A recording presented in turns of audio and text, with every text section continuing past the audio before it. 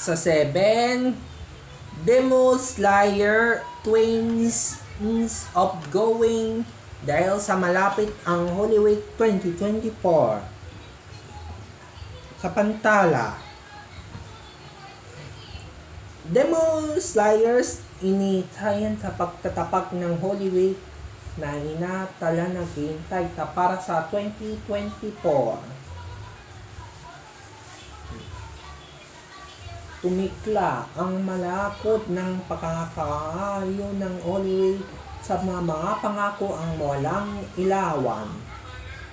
Nakahatayan ng Holy Week, pinagod ng apuyan ng 2024 ang Holy Week pinakot sa pagtatapo.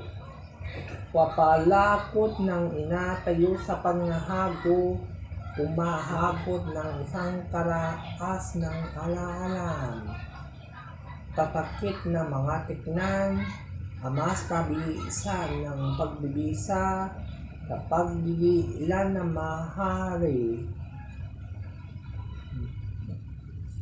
Umano sa pagbabago, malayan ng mga pamangangon ng walang bukas at magiging nguli. Sinasadya ang mga pagpapako ang sana wala at malalas ang kinulang. Pag-iikot ng pakikod ang udihan ng Demon Slayer Phenomenon. The allergies and your mind allergies to be intellectual. Kapiisa ang nagkakalayan ng kalayaan at pamamahari ng walang sunglo ng kauga.